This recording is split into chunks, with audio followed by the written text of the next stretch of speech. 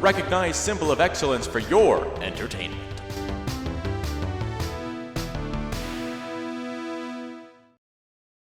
And I'm tired of feeling alone. I deserve to have the same rights as anybody does by having a child, a family, any of those things. Britney, sounds good. We're cool. I'm gonna be strong. I will be strong. Ladies and gentlemen, Britney Spears. It's Britney, bitch. The legendary Miss Britney Spears.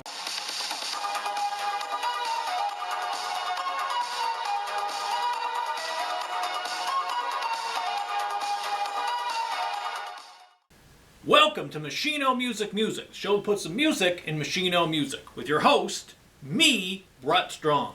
Today on Machino Music, it's Britney Spears album ranking. That's right, it's Britney, bitch. Okay, here we go. Britney Spears album ranking. This is very exciting. I've been wanting to do this one for a while now.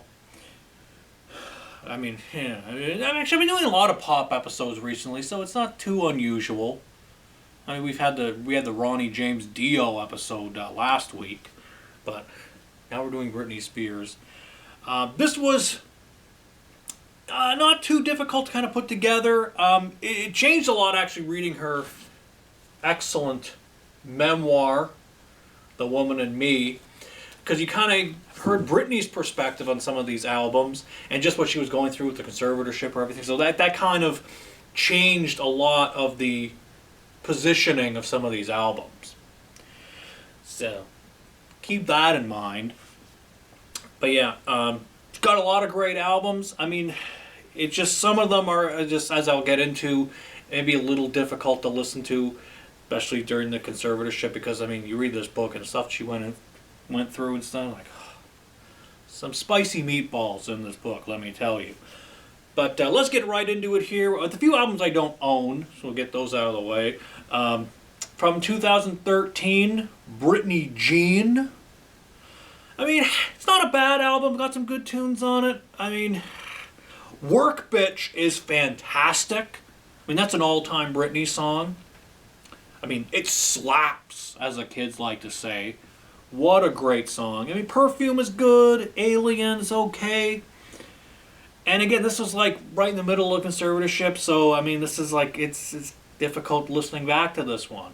And you read in her book about her, how she just didn't really feel proud of a lot of this, other than, you know, the aforementioned song, especially Work Bitch. I mean, she knew that one was a classic. So yeah, that's where Britney Jean goes for me. Next up, from 2011, Femme Fatale. Some good tunes on here. Till the World Ends. Hold It Against Me. I Want to Go is fun. Has that really fun video. It's got that, is that the crazy video where she's at that press conference and she's like telling everybody off. It's an homage to the scene in Half Baked. You. You're cool. You. I'm out. So funny. And then the rest is like really crazy. The guy's like almost like a T-1000. Very strange video. The middle of this album is pretty forgettable. Not a lot of great tunes on here, but I mean those songs stand out. Also, the song "Criminal's" not bad. You gotta mention that one. She calls the guy she's singing about a bum on "Criminal." I mean, how many songs where somebody says bum? Love it. So yeah, here's where that one goes. Next up, this was right at the beginning of the conservatorship, the album Circus from 2008. And the title track is awesome. I mean, it's got a great title track. And she managed to put out a pretty solid record, even though this is right at the beginning of conservatorship. And it felt like she was kind of going through the emotions. Womanizer is great. So good. Love Womanizer. Has that great video. She looks fabulous. And the guy in it's pretty hot too. So yeah, it's a good video. And the song Circus has that great line. There's only two types of people in the world. Ones that entertain and ones that observe. So great. Love it. So yeah.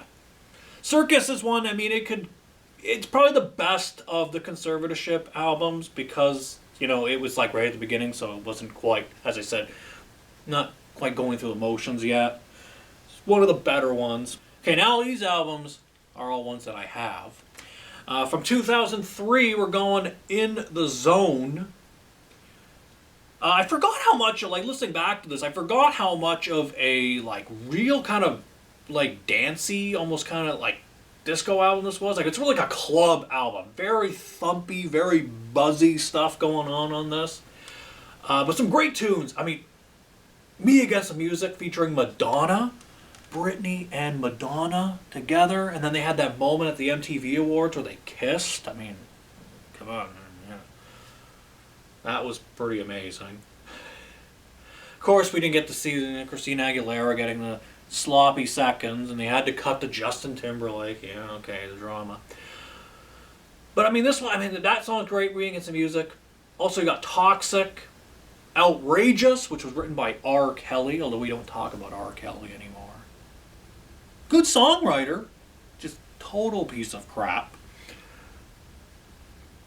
But this song, I mean, Every Time, which is one of my favorite Britney Spears songs, one of the most beautiful songs she's ever done, one of the beautiful songs I think anybody's ever done, closes out this album, and I just, so good. I mean, there's just standout moments in this. I mean, I think for the most part, there's, like, a lot of the songs on this one kind of sound the same, but the ones that are great, that really stand out, and Every Time really stands out because, I mean, it's like full out just piano, Britney's voice is so beautiful, love it.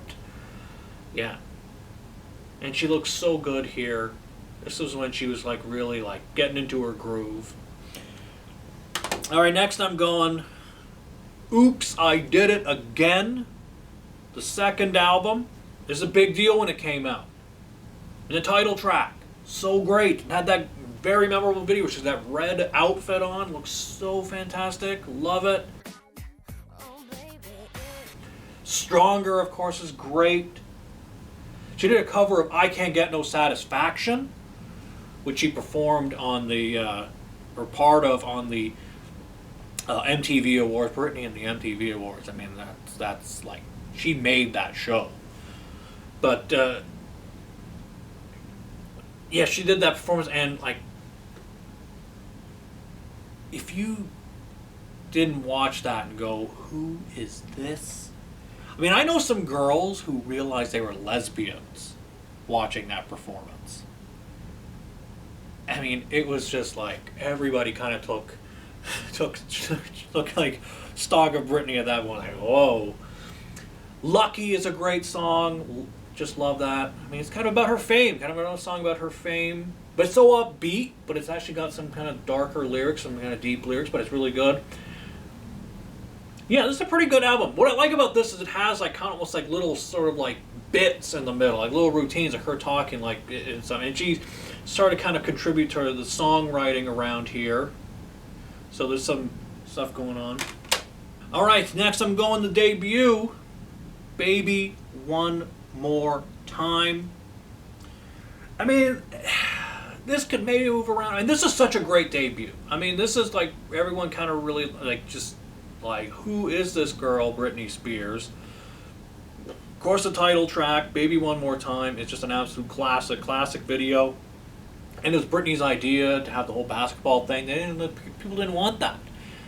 She was starting to assert herself and say, no, I want a basketball thing going on. So she came with a concept for that video. You Drive Me Crazy, which I've said so many times, could be my favorite Britney Spears song. Absolutely love it. I don't know. It's just like, here she is. This is what she looked like in the video. Little doll here. Love that. Love You, You Drive Me Crazy. Sometimes is great. Love that song. Born to Make You Happy. She does a cover of the Sonny and Cher classic, The Beat Goes On, which is pretty cool. So yeah, there's some really good tunes on here. Great debut. I mean, just about a lot of this were a lot of singles off of here, so that's where that one goes for me. Now, we're in the top 3, everybody. These could kind of, I think these could flip-flop a few of these. I don't know. This is where it kind of became really difficult, is just these top 3. But I'm going the self-titled 2001 Britney album.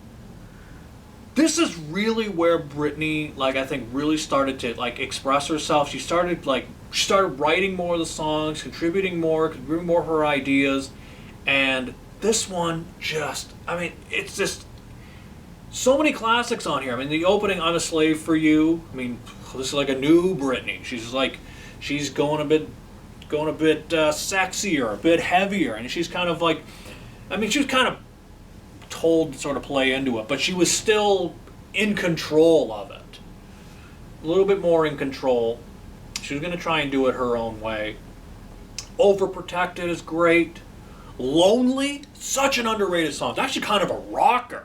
Got a pretty, got a guitar on it. Sounds really cool. Dig that one. Of course, the ballad, I'm Not a Girl, Not Yet a Woman. Beautiful. Britney really expressing herself on that one. Boys is good. Does a cover of I Love Rock and Roll. Joan Jett, or the Arrows originally. It's not bad. Since she did her movie Crossroads around this time, so that was done for that movie, or was on the soundtrack. One of my favorite Britney Spears songs, and I think probably my favorite song on this album, such an underrated song, Cinderella. Such an amazing song. So underrated. I mean, Britney herself, I don't think is a very big fan of it. I've read. But it's still such a great song. It's definitely a fan favorite. And allegedly it was written after she'd had an argument with Justin Timberlake. As you're reading her book, there's a spicy meatball about her and Timberlake in here. But yeah, that song was written about they had an argument, so it's angry Britney. She's pretty mad. But it's so good. Such a great tune. But yeah, this almost could be, I don't know. It's hard to rank this one. This isn't. But now here's where I'm going for number 2. This was kind of controversial. 2016 Glory. Going back and listening to these again, I mean, this is going to be the final album we get from Britney Spears. And it's a conservatorship album, but it's one where she says in her book that she was actually really proud of. It was the first one in a while that she felt that she was, able to express herself, kind of said everything she wanted to say, and was proud of this one, which is all you want to hear. And I went back and listened to this again, and there were parts, like, especially, like, thinking about her book, like, I was blubbering like a baby, okay? I was bawling my eyes out listening to this, because, after reading her book, you start to realize, wow, this might be the very last thing we get from her, and she feels like she, got it with this album. And naming it Glory, her kids wanted to name it Glory. She asked her kids, what should I name the album? They said Glory. Okay. But yeah. I mean, one of my favorite Britney songs, probably my favorite Britney song of all time, Man on the Moon. Love that song. I love the production on it. So good. When I first heard that song, I couldn't believe the production. So I love it. Just Like Me, really fun songs. Like, You Got Yourself a Girl, She Looks Just Like Me. Yeah, love that. Clumsy, fun song. Make Me is really good. Yeah, I mean, this is a really good album, and Britney says she's proud of it. But the number 1 album kind of had to be Blackout. 2007. This was right before the conservatorship, and this is considered by Britney herself to be her masterpiece. Like, when she did Glory, she was comparing, like, this is like, she felt like Glory was the best she'd done since this album. If it's good enough for Britney, it's good enough for me. But, I mean, this one starts with Gimme More. Gimme More is so awesome. What an opener. So great. And even at the breakdown part of that song, she's already being referred to as the legendary Miss Britney Spears. She's already a legend at this point. But yeah, I mean, you got aggressive Britney on here. I mean, Piece of Me, that song, that's aggressive Britney. Love that tune. Radar is great. Hot as Ice, which has that great line. Cold as Fire, Hot as Ice. So great. Love it. Yeah, I mean, really, just so many great tunes on here. Great dance record, but it's darker. What's cool is that this is like a darker album. She knew what she wanted to do. She knew how she wanted to express herself. It says executive producer Britney Spears. She executive produced this album, so she had a lot. She had a hand in this. She wanted to make this as good as she could possibly make it, and you know, it's a fan favorite. Charlie XCX. The great Charlie XCX. This is her favorite Britney Spears album.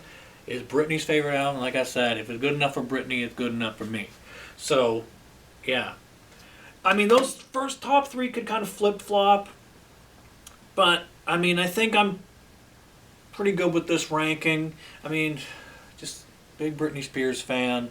I mean, just reading her book, I can't keep going back to it because, I mean, it's like, this was like a big deal. Her in her own words speaking about, you know, stuff she wasn't really allowed to speak about, and the whole time, all the things she went through in the conservatorship. So yeah, so I think that's how I like these Britney Spears albums. If you like them differently, that's perfectly okay. And I apologize sort of for my little, maybe my swishiness throughout this episode, because, you know, I'm talking about Britney Spears, talking about Britney brings out my inner queen, okay? So, yeah. Big Britney Spears fan. And if you're a fan, I hope you enjoyed this. That's it for this week. Until we meet again, this is Brett Strong saying good journey.